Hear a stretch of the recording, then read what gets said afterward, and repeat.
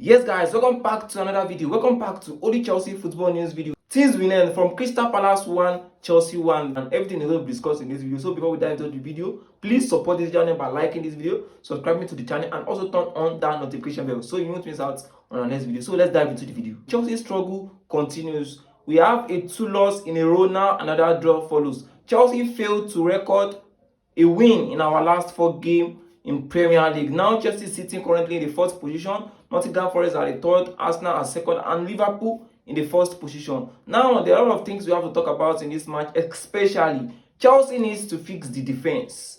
That is the major or the primary assignment. And now that the transfer window is open, Chelsea should do fast. I mean, very fast to work on the defense to fix it properly. And people are saying Nicolas Jackson is a striker. Please, I want to use this medium to tell you guys that that guy, I don't even know the reason why or how he was able to sign a professional contract for him to become a professional player.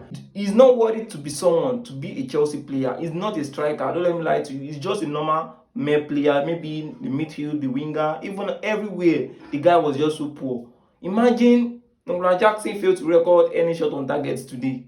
Nicolas Jackson is the kind of striker that I think he needs more years before he can even say he wants to improve himself.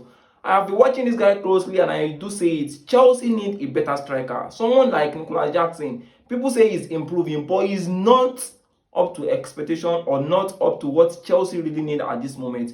Chelsea needs someone who can convert chances.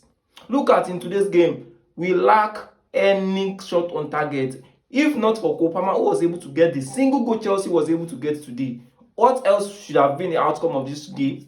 Crystal Palace would have won Chelsea by just 1-0, which is a very bad thing. Yes, it's a very bad thing. Now, Kopama has been the only man who Chelsea has been, maybe he's one lifting Chelsea in game out. Kopama is the kind of player that without him, Chelsea that cannot survive. And people are telling me that this guy is underrated or overhyped. And I do tell them, result and statistics will always speak for themselves. Kopama will always be one of the best in the world. Record will show it, statistics will show it. So far so good. This same Kopama has a total of 13 good goals and 6 assists in his last 20 Premier League appearances. And you're telling me this guy is overhyped and is overrated. Please tell me, what do you mean by that? How is he overrated or how is he overhyped? Is the statistic not showing for themselves? And most of all the 13 goals, I can say at least 8 to 9 is a pure goal, not a penalty. So what are you telling me? There are a lot of people who are in the same standard with him, but today, where are they now?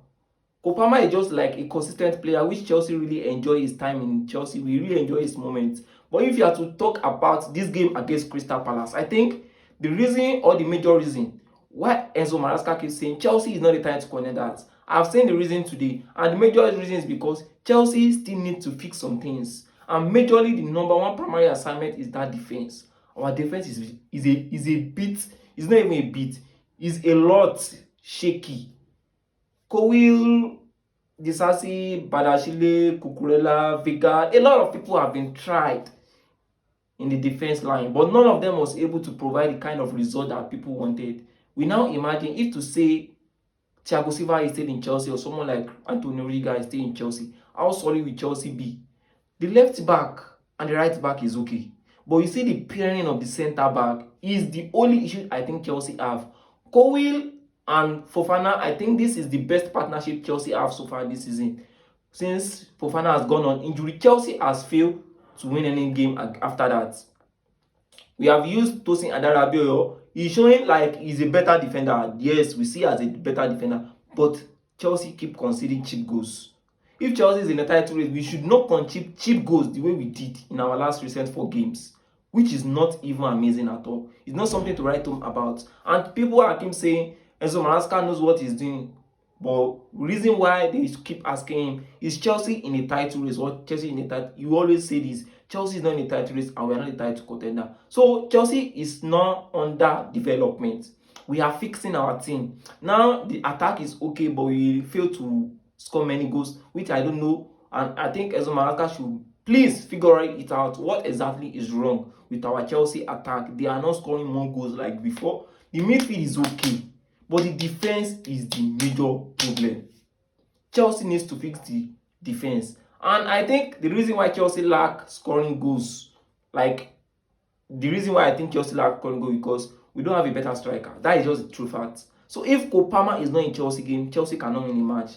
That is just a pure fact. So if Kopama score, nobody else can score. Sancho cannot score. Pedro Neto cannot score. Nonimadi cannot score. Jackson cannot score. Only Kopama is scoring goals for Chelsea. Now tell me, if this guy does not score, that means Chelsea cannot win any game. This is very bad. This is very bad. If anybody, if all of them, they are showing that they can't play for the club, why don't they just leave the club and let people who are ready to show what they have for the club, let them come in? What is the essence of having a better, or let me say good team like this, and we fail to even score many goals, which is not good? But I just wonder, like, why is all this up and down in Chelsea? Because I don't really understand. If you had to check it right from the beginning of the season, we struggle a bit. But in our last 10 games, don't just remove this our last 4 games. Let me say in our last 10 games, the first 5 out of our last 10 games, Chelsea was on a winning streak of 5 to 6 games. Now suddenly everything just turned around. And I think the major thing is the rotation he did in the team. You can say today, because Fofana was not in the team, I think it's causing a lot of havoc in Chelsea defense now. The pairing of Cowell and Fofana is okay for Chelsea. People criticizing that, I think your eyes is now open. Tosin Adebayo, this guy is good, but he lacks some things which Fofana gets in hand. And that is the reason why Enzo Maresca keeps using as our defender. And using Gutso as that right back, though, is okay, and Cucurella as the left back is bit okay. But in the midfield, the partnership of Enzo Fernandez and Marcus Caicedo is really okay. Kopama in the middle, then Noni Madueke or Pedro Neto on the left, then Sancho or Modric on the right. But we don't know. Possibly Modric will face a 4 years ban, just like Paul Pogba. But we don't know the outcome yet. We'll keep updating you guys about that. But let me tell you, we don't have a striker. Nicolas Jackson is not a striker Chelsea can ever rely on to take us anywhere. So, to my own opinion, Chelsea needs to go for a better and a clinical striker. And people who I have currently on my list, number 1 will always be Alexander Isak of Newcastle. And Newcastle said this in, I think, few weeks ago, which a popular journalist, a news company in USA was able to publish that and make Telegraph. Newcastle is placing its price tag of £150 million on Isak, and I saw a lot of comments like the money is too much. But let me lie to you. If you pay for something and you get what you want exactly, the money is not too much. Look at the outcome of Moses Caicedo and Enzo Fernandez. Chelsea paid heavy money for them, but now they are delivering well. If Chelsea eventually they can sacrifice 150 million to get Alexander Isak into that Chelsea team, bet me Chelsea will be a title contender.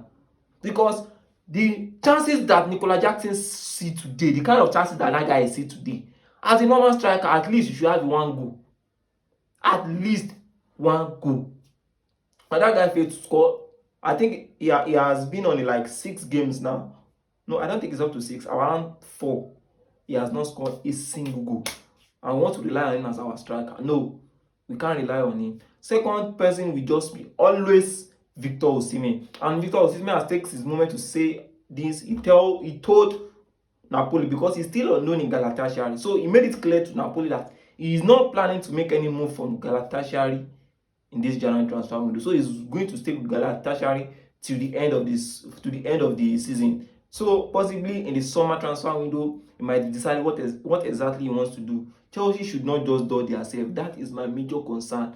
We should not miss out on Isak or Osimhen. This is my own priority for Chelsea. And Chelsea need a better defender. Don't let me lie to you. Cowell is good. He's trying his best, but he cannot be a regular starter. If we have a better defense, he should be on a sub.